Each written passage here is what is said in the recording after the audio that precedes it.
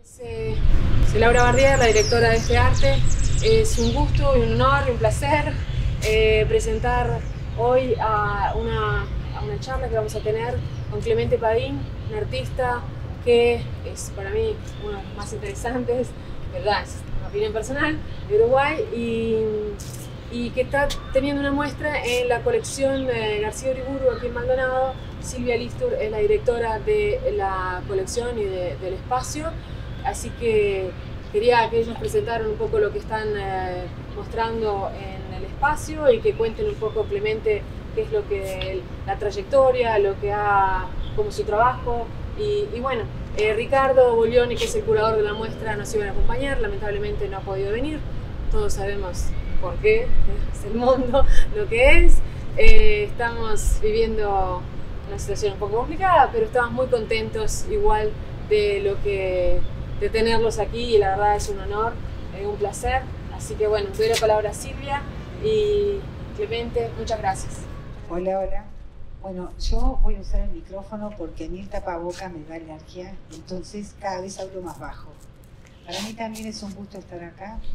Yo trabajo en la colección García Uriburu, que es en la ciudad de Maldonado. Es un espacio que físicamente pertenece al Ministerio de Defensa porque estamos en el cuartel de Dragones. Es tan antiguo ese cuartel como la época, porque es de la época del virreinato, y no hay titulación de esos terrenos. Es una cosa interesante porque siempre fueron del cuartel. Ahí hay una escuela que fue la primera escuela de Maldonado, que era una escuela de niñas, que con el tiempo se trasladó. Esa escuela es de 1890, o sea que nuestro edificio tiene unos cuantos años, y se transformó en un espacio destinado a albergar la colección que durante 30 años fue atesorando García Uriburu.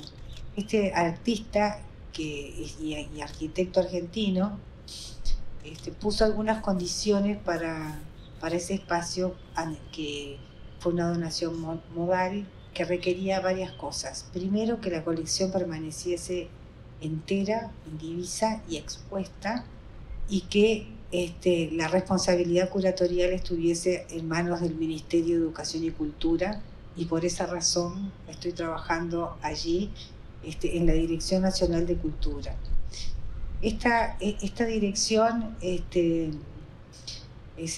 ha mantenido durante muchos años una política de acercamiento en pie de igualdad con todo el país, y se han hecho grandes esfuerzos por mejorar ese espacio en los términos físicos y de tratar de que las exposiciones y las muestras que allí se ofrecen al público local y al público internacional tengan el mismo nivel o el máximo nivel de excelencia posible, y no ahorrar esfuerzos en que alcanzar eso. Por eso contar con la muestra de Clemente Padín no solamente es un gusto, sino que es un privilegio que sabemos valorar y que pensamos que va a ser apreciado por todos ustedes. Están invitados. El cuartel de Dragones queda en la calle 25 de Mayo, esquina 18 de Julio. Estamos a media cuadra de la plaza, y desde el patio de la colección se pueden ver las cúpulas de la catedral, cosa que es un placer cotidiano que agradezco cuando llego al trabajo. Ahí encontré dos cosas importantes. Primero, un afecto incondicional de los funcionarios por el lugar y un aprecio enorme por esa colección de la cual están muy orgullosos. Y en relación a esta muestra, bueno, ¿qué se puede decir de Clemente Padín? Clemente Padín ha sido un artista que durante toda su trayectoria ha incursionado en distintas propuestas, tantas de ellas que yo me hice una ayuda a memoria para no olvidarme de ninguno. Además de artista, ha sido un poeta visual, escritor, ensayista, performer, videasta, curador, organizador, docente diseñador gráfico. O sea, todas estas formas de expresión forman parte de lo que ha sido su trayectoria, y en esta exposición se pueden ver las líneas generales, las líneas más importantes o más marcantes de su actividad, que es vastísima y toda de una solidez conceptual muy grande. El curador de la muestra, como bien decía Laura, fue Ricardo Boglione. Ricardo Boglione trabaja con el Archivo Padín desde hace muchos años. Fue contratado por la Universidad de la República, financiado por el Museo Reina Sofía, la creación de ese Archivo Padín que integra el Archivo General de la Universidad de la República. Y Ricardo estuvo trabajando durante mucho tiempo, por lo tanto es un gran conocedor y ha sistematizado un montón de cosas, y para esta exposición esa experiencia ha sido fundamental, porque en las líneas que ha tomado, las distintas maneras de expresarse de Clemente a lo largo de su riquísima trayectoria, ha tomado la literatura, la poesía visual y experimental, todo lo performático de la carrera de Padín, el arte correo y el videoarte y el net art.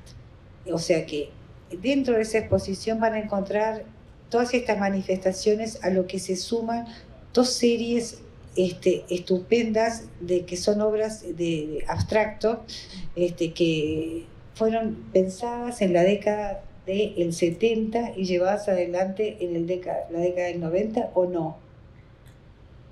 No estoy segura, pero son dos series fantásticas, referidas unas a las celdas y las otras, los geométricos.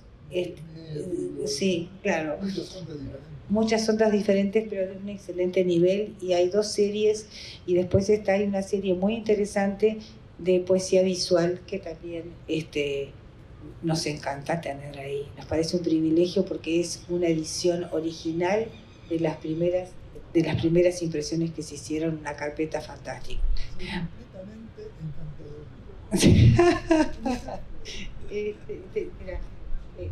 encantador. Bueno, yo creo que teniendo a Clemente acá, podría hablar un poquito de Ricardo, decir que es un curador que tiene un doctorado en arte en Pensilvania, que ha sido docente en distintas universidades europeas y ahora acá, y que es un privilegio también contar con un profesional que trabaja con ese rigor. La propuesta que ha hecho para esta muestra, que trata de abarcar dentro de la obra de las líneas fundamentales, lo hace con una síntesis tanto visual o espacial como conceptual, que merece una recorrida, así que los esperamos a todos de martes a sábados, ahí en el cuartel de Dragones en Maldonado, desde las 10 de la mañana hasta las 17, porque estamos con personal por las mismas razones que decía Laura. Tenemos personal con licencias médicas, y que entonces tuvimos que achicar el horario, pero en ese horario desde las 10 hasta las 17 son todos muy bienvenidos, y será un gusto recibirlos y comentar sobre esta muestra in situ. Muchas gracias por estar acá, y ahora le paso a Padín el micrófono. Bueno, muchísimas gracias, Silvia. Realmente has exagerado un poco, realmente, ¿no? Pero, bueno, bien. Estoy realmente feliz y contento de que hayan podido venir y que me acompañen en esta instancia. Somos pocos, pero muy buenos, evidentemente. Hay amigos que me he topado acá, que hacía más de 20 años que no lo veía, y que realmente fue una sorpresa para mí encontrarme con gente de San Pablo, de Buenos Aires, de tantos lugares interesantísimos. Y finalmente este encuentro con todos ustedes. Yo, si me dejan hablar, puedo hablar toda la noche. Pero les voy a pedir de que cada tanto me hagan alguna pregunta, cosa de que esta haciendo un poco respirar un poco y puedo continuar. En la facultad yo había tomado mi contacto con gente de mi generación, músicos, artistas, escritores, diseñadores, etcétera, etcétera, y conversábamos sobre arte, sobre lo que estaba pasando en el Uruguay, todo eso, la dictadura, bla, bla, bla, y todo lo demás. Bien. Pero ¿qué ocurre? De que algunos de nosotros comenzamos a querer ver publicados, digamos, nuestros pobres versitos, y nos fuimos encontrando con barreras, con límites, prácticamente todos puestos por la generación anterior, o sea, la del 45. Porque estos señores, aparte de ser muy, muy dotados, realmente eran dueños de prácticamente todas las vías de transmisión del arte, así realmente, dueños de las editoriales, de las páginas literarias, de las galerías, eran dueños de todo.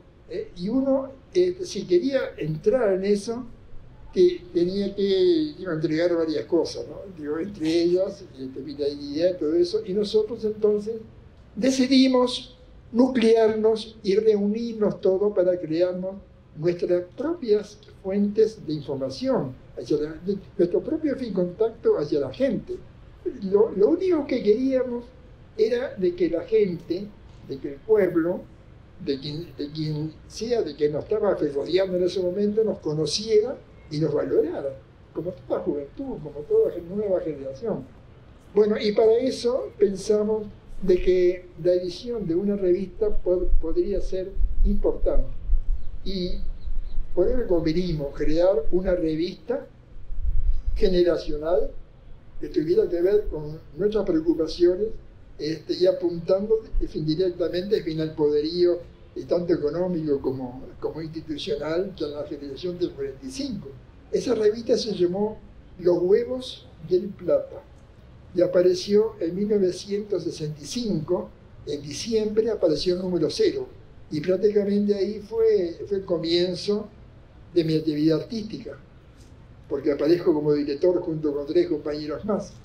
Y esa revista duró prácticamente como 3 años y medio y nos permitió entonces afianzarnos en el ambiente nacional, nos dimos a conocer y ya todo el mundo sabía, ahí vienen los HP, los hijos del, bueno, etc. Pero realmente esa revista entonces nace exclusivamente con ese objetivo, nos damos a conocer, crearnos una base social.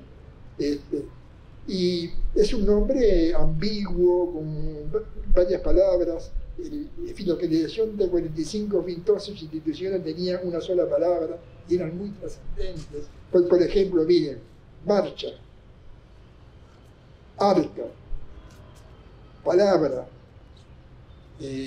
bueno, y tantos otros, ¿no? Galería U, todos nombres así, ¿no? Todo. Y nosotros entonces íbamos por la contraria. Ellos eran realistas y nosotros éramos surrealistas.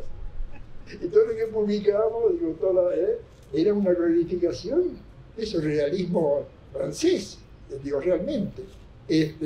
Por ejemplo, ideológicamente ellos estaban trabajando con, bueno, no me acuerdo muy bien, pero en nuestra época estaban apareciendo los grandes pensadores franceses, sobre todo, que de la mano de Saussure, que fue uno de los más importantes, que desde la lingüística le fue dando, digamos, una base científica a la literatura, y nosotros estábamos muy interesados, digamos, ese punto de vista científico, ajeno, no comprometido con la realidad, porque así era. Era un estudio a la distancia del lenguaje, ¿no? Con una serie de concepciones interesantísimas que explicaban además otros fenómenos. Luego vino otra tendencia que vino a explicar lo que no pudo explicar esta vez. Y bueno, y eso también nos dio, digamos, cierta personalidad. Después éramos muy afectos a la poesía norteamericana de la costa oeste, ¿no? Torniquetti, ya se me van los nombres. Son los 82 años, le pido mil disculpas, pero ya me voy a acordar enseguida, porque me pasa eso, me olvido, me acuerdo. Realmente. Publicaron a Ginsberg. Inger, exactamente, ahí va, Aullido.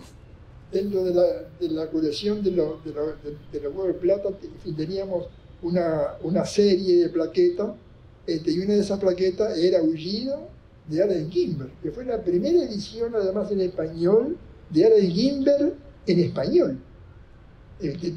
Interesante detalle.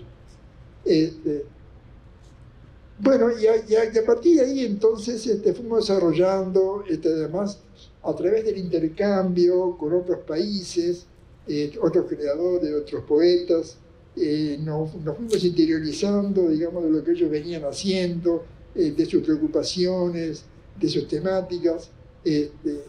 Y yo en aquella época era un tipo muy curioso, yo me leía prácticamente todo lo que llegaba, y trataba de profundizar en las relaciones manteniendo fin epistolario. Yo escribía en Pita, aprendí idioma de esa manera, escribiendo.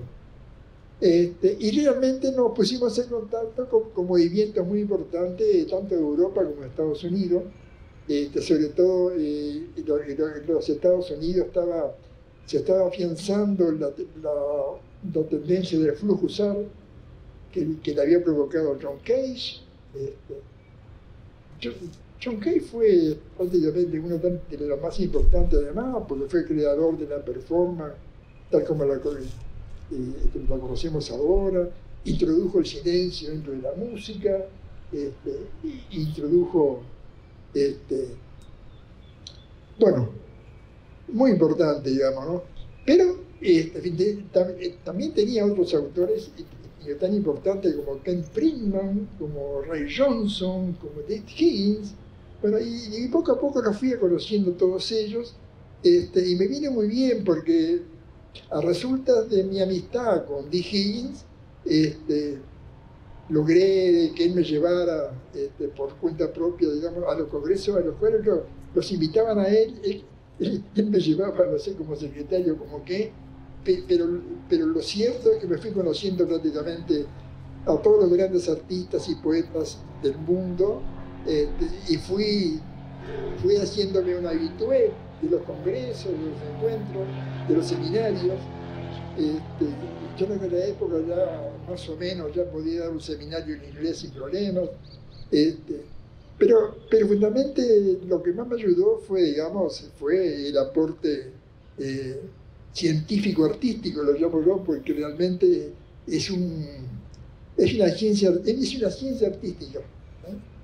Digo, pese a que parece una contradicción, no lo es, ¿no? Porque es enfocar el arte bajo un punto de vista que lo podría estar enfocando un científico. En fin, cuesta de entender, pero es más o menos así. Bueno, y a través de ellos entonces, estoy hablando de 1968, 1969, que fue la época en que prácticamente los huevos de plata desaparecen por disidencias internas. Resulta que nos fuimos desarrollando algunos de los integrantes, gracias a ese intercambio tan intenso, fuimos conociendo experiencias en todas partes del mundo, y nos conectamos además con mucha gente importante del movimiento de mayo francés. Julian Blain, fantástico, un gran editor, que prácticamente me mantuvo al tanto de todo lo que estaba pasando, tanto en Europa como en la propia América Latina, porque él desde allá, de París, sabía todo lo que estaba pasando con América Latina antes que nosotros mismos. ¿A ustedes les parece? Una anécdota. ¿Quiere que les cuente una anécdota? Él publicaba muchas revistas y una de ellas se llamaba Vive la Ligue, Vive la Liberación. Vive la Ligue. Bueno, y una vuelta me envía un ejemplar, lo abro, entro a mirar, Tucumán arde. ¿Y qué es Tucumán arde? Eso leer ahí. Se trataba de la primera experiencia conceptualista latinoamericana de importancia que se hacía en la Argentina, que era una obra fantástica, genial contra la dictadura, que ponía en evidencia además todas las carencias que iba provocando en las masas populares en la Argentina, sobre todo en la provincia de Tucumán. Entonces un grupo de artistas, tanto de Buenos Aires como de Rosario, como de Córdoba, se reúnen y planean una falsa Bienal de Arte. La presentan a los militares, estos aceptan, y ellos entonces comienzan a desarrollar un trabajo de un año, juntando materiales de todo tipo, de Tucumán, con entrevista, con película, con esto, con trabajo gráfico, con exposición y todo eso, tratando de develar la verdadera realidad de lo que estaba pasando en Argentina y en toda América Latina. Y fue algo así como... y es una obra muy conceptualista porque se trata de una obra que está planeando por encima de otra, tratando de explicarla. Todo lo que estaban haciendo es como un manto metalingüístico que está planeando encima de una realidad, los pueblos Tucumán real, para después hacer algo por ellos. Bueno, y esa noticia tan importante para todo el arte latinoamericano, yo me vengo a enterar por una revista francesa, la Pink Lalille, que me la mandaba Julian Blaine. ¿Ustedes se dan cuenta? Yo en aquella época ya publicaba otra revista, Ocun 10, y se me ocurrió dar a conocer ese material, porque prácticamente no lo conocía nadie, porque todo el mundo estaba en la misma que yo. Entonces hago una traducción en español del texto y tomé algunas fotos, fotos no, fue sin foto. Y publiqué el número 9 de esa revista entonces sobre Tucumán Arte. Bien, y la anécdota es esta. No hace menos de 20 años, en Rosario, uno de los que participó de la experiencia en el 68, que tenía muchas fotos y mucho material gráfico, hace una muestra, una exposición de ahí, y justamente presenta prácticamente todo el manifiesto ese que fue publicado en francés y que yo después traduje. Entonces, tiene la casualidad que también tenía la revista en mis manos y comparé mi traducción con el texto original. ¡Ay! Casi me pego un tiro, porque realmente no tenía nada que ver, un disparate tan grande. Yo no sabía mucho de francés en aquella época, pero es para llorar a fin de cuentas, ¿no? Porque realmente, ¿no? ¿Cómo es posible de que un hecho que ocurre a unos 1000 kilómetros de Montevideo, ¿no?, se conozca antes de uno que está a 7 u 8 mil kilómetros, y que cuando uno intente transmitirlo, ocurre como esta deformación. Bueno, eso lo está demostrando tristemente la verdadera realidad del arte latinoamericano, ¿no? Completamente dependiente de lo que viniera de afuera. Bueno, pero yo estaba hablando de...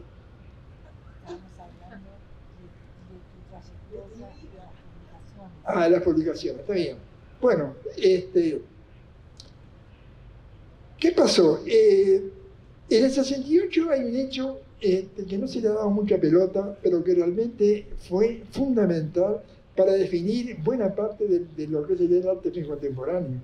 Y es el movimiento de Mayo francés cuestionó duramente todos los lenguajes en general, como ustedes conocen, y sobre todo al lenguaje verbal.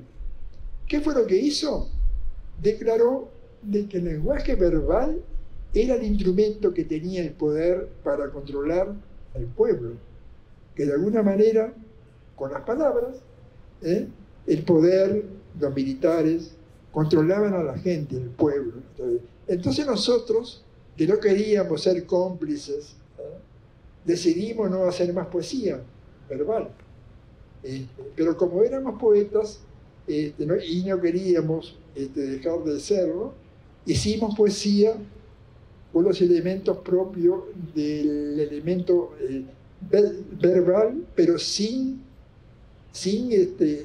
la semántica, sin la significación de las palabras. Y ahí aparece en todo el mundo entonces, por 3 o 4 años, toda una tendencia de la poesía visual, en la cual usted veía letras y formaciones y modelos y lo que usted quiera ver, pero sin significación verbal. Ustedes van a encontrar un poema acá, ¿cómo se llama ahí está, esa galería.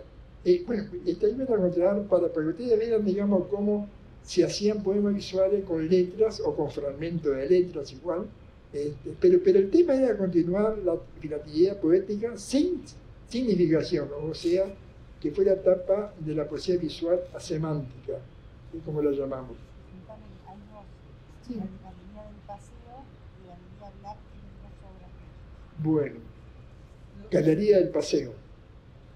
Galería Black. ¿Y Galería? Black. Jack. Black. Negro. Negro. Ah, Black.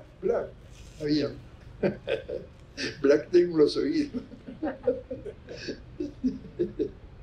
Bueno, y realmente entonces estamos entrando ya en los 70, imagínense en el clima político social de la época.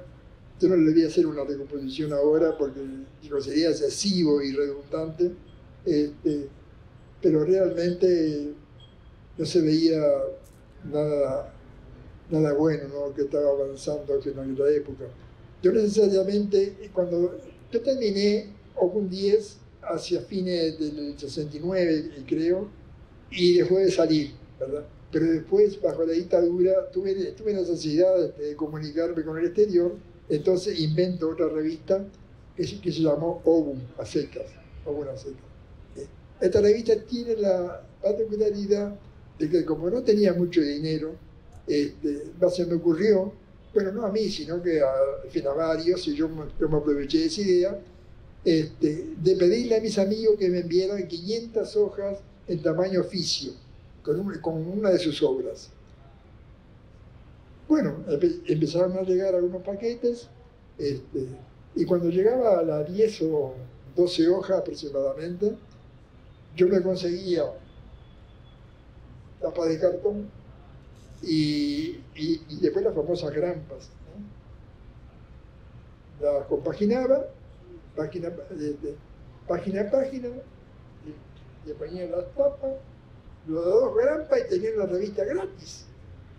Porque después de la tapa que le hacía cualquier cosa, un poema visual, hacía un recorte, un collage, lo que sea. A veces publicaba algo interesante cuando tenía dinero, pero prácticamente la revista me salía gratis. Y salieron de esa manera, desde 1973 a 1977, aparecieron 9 números o 10 números, creo, ¿no?, que fue lo que me permitió mantener el vínculo con el exterior y que de alguna manera me mantuviera, digamos, ahí junto al jet set. Bueno, ¿perdón? ¿El arte correo? Bueno, sí, sí, lo digo, sí. Bueno, el arte correo es una tendencia súper interesante. A mí me conmovió inmediatamente porque se trataba de una tendencia artística en la cual no se manejaba el dinero, y que privilegiaba sobre todo la comunicación. Algo muy curioso, ¿no?, porque realmente se creaba para vender. Era eso, ¿no?, prácticamente, salvo muy contados artistas, digo, en general, esa era la mejor máxima, crear para vender, para poder vivir, es lógico además. Pero el arte correo, al privilegiar, estableció además una serie de normas tácitas, como por ejemplo, money, mailar al money, don't miss. El arte correo y el dinero no se mezclan. Y eso fue fundamental entonces para adherirme a ese proyecto, y de inmediato comencé a trabajar. Y todo venía a raíz de otro artista flujo norteamericano, Ray Johnson, que trabajaba en Nueva York. Él hacía una imitación genérica a sus amigos para que alteraran una obra suya, que él les enviaba además, y que la mandaran a tal galería antes de tal fecha, y que el día tal fueran para hacerle una inauguración. Era un artista muy halagán, como pueden ver, ¿no? Porque hacía trabajar a sus amigos y él simplemente me creaba el proyecto. El proyecto me solía hacer un dibujito, algo, hacia lo cual Ray Johnson quería llamar la atención, y prácticamente iba a ser una tendencia artística que se iba a desarrollar exclusivamente en Nueva York, pero aparecieron dos grandes artistas flujos, también flujos, como de Higgins, en la costa del Atlántico, y de Ken Filma en la costa del Pacífico, que comenzaron a desarrollar una temática como bonita. Y eso significó publicar revistas que incluyeran las direcciones de los artistas que estaban integrados a ese movimiento, y prácticamente entonces sacar el arte correo de Nueva York y llevarlo a otras ciudades. Bueno, ellos comenzaron con Jersey, que queda muy cerca, pero después prácticamente se difundió en todo el mundo. Acá en América Latina, la primera muestra que hizo Dick Higgins, entonces, en este sentido, fue en el 71. Y en el 74 ya se estaba poniendo acá en Montevideo, ¿se dan cuenta? Luego en el 75 fue en el Brasil, después en Argentina. O sea que prácticamente en muy pocos años hubo una gran difusión y se difundió completamente, porque todo el mundo estaba de acuerdo, evidentemente, en crear un arte que no tuviera nada que ver con el dinero, ni que tenga que ver con la corruptela de las galerías, de los museos, etcétera, etcétera. Inclusive, dense en cuenta de que hoy día, después de que pasó prácticamente más de 50 años, el arte correo sigue vigente. Recordemos ahora de que, por ejemplo, el dadaísmo duró 7 meses. El surrealismo un poco más, unos 7 años aproximadamente, pero digo, todos los movimientos siempre caducan y mueren. El culturismo, un poquito más, pero el arte correo no. Yo tengo una teoría de que el arte correo no va a morir nunca, y la consecuencia es eso va a ocurrir porque está aplicado a la comunicación. Y mientras hayan dos personas, dos interlocutores, va a haber comunicación. Y por ese motivo es que va a vivir, mientras tanto, tengamos dos interlocutores. Pero ahora se viene esta segunda película, nos viene para arriba. Nos va a quedar muy poco tiempo porque los problemas ecológicos que tenemos, medioambientales, son terribles. Y con toda seguridad que va a llevar a la desaparición de la especie. O sea que el arte correo va a durar hasta ese momento. Incluso yo soy de la idea de que se le puso un nombre equívoco, arte correo. Debería haberse llamado arte de la comunicación. Porque fíjense ustedes, el formato postal es una tecnología más, pero están apareciendo otras. Acuérdense cuando aparece el fax. Digo, todos se acuerdan del fax, una maquinita que usted le metía una hoja y la transmitía a cualquier lugar del mundo. Estábamos todos maravillados, ¿no? Dijimos, bueno, esto va a significar la muerte del arte correo. Todo lo contrario. Se generó un fast art. Luego más adelante aparecen otras tendencias hasta que llega la computación. la página web, el email, el correo electrónico. Entonces, adiós al correo. De ninguna manera se multiplicó por 100. Ahora hay más exposiciones, hay más adherentes, y va a continuar. Ahora estamos esperando a que, tal cual ya lo dijo un predictor, aparezca la traslación espacial por las ondas de los átomos y la molécula de los cuerpos, y se pueda transmitir todo. Cuando lleguemos digo, ese momento, va a llevar un nombre postal, antepostal también, ¿no? Cuando, entonces, digo, evidentemente no va a terminar nunca esto. Como les digo, mientras hayan dos interlocutores, habrá antecorreo. Bueno, y es muy sencillo sin participar, no se van a internet, ahí simplemente pongan antecorreo, ahí le va a saltar y van a encontrar muchísimos espacios en los cuales le van a explicar cómo integrarse, porque además puede hacerlo cualquier persona.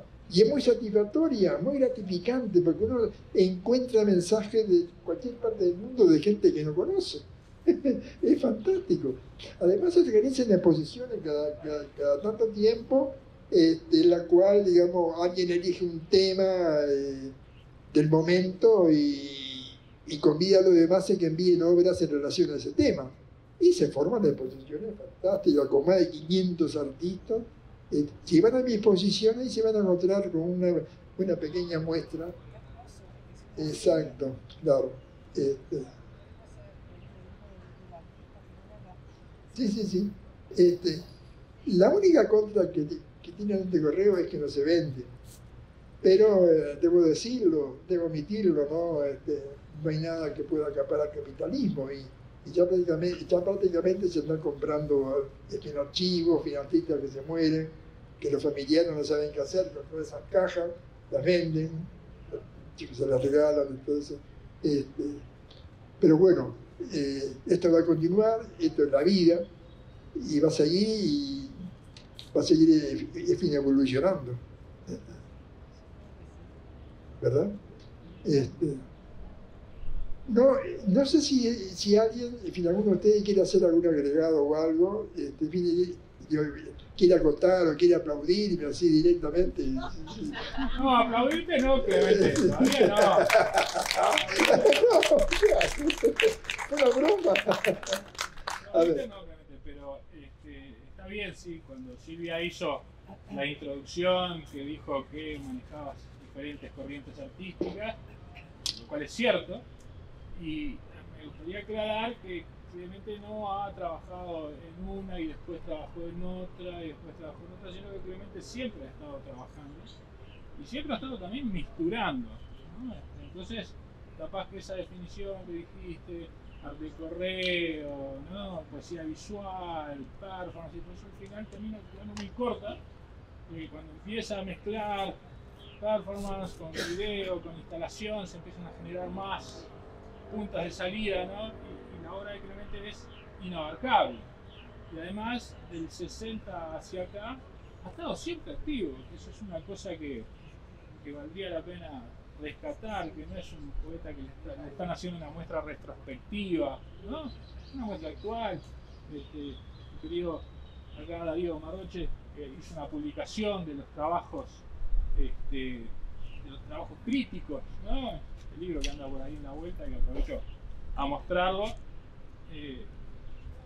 Es corto, o sea, todo esto hay mucho más, ¿no? Y además, disculpen, porque yo estoy, ya te digo, con alergia por el tapabocas, me quedo afónica.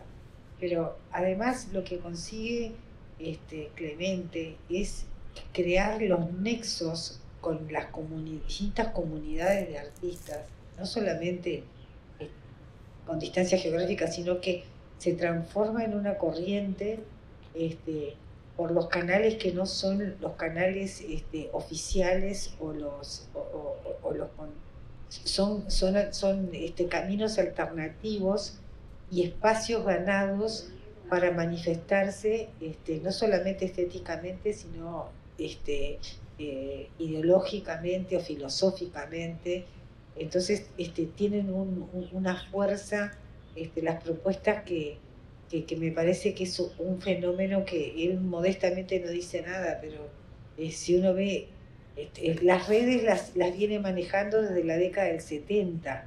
Ahora las redes sociales, a Clemente redes sociales, si hace un llamado y tiene 500 respuestas, 600 respuestas, 100 respuestas, impresionante. Así que es una praxis, por eso tú decías que él maneja distintas formas y las integra, y elabora una propuesta muy valiosa, muy fuerte, y que vale la pena que esta selección que se ha hecho, porque da mucho trabajo hacer una selección en una obra tan vasta, que justamente por tratarse de Ricardo Leoni, que lo conoce tanto y que lo ha estudiado tanto, ha tenido la capacidad de reunir documentación, fotos, videos, un material que muestra que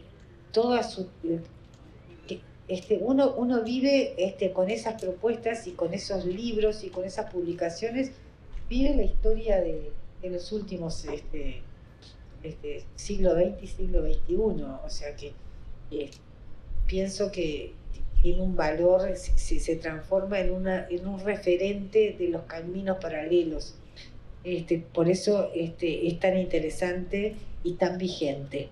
Bueno, yo creo que si tenés ganas de decir algo más, te escuchamos, pero lo que resta es agradecerte, porque has sido muy generoso con venir, muy generoso en aceptar la invitación de exponer en un museo tan chiquito como el nuestro, y has sido muy generoso en todo lo que nos has ofrecido esta tarde.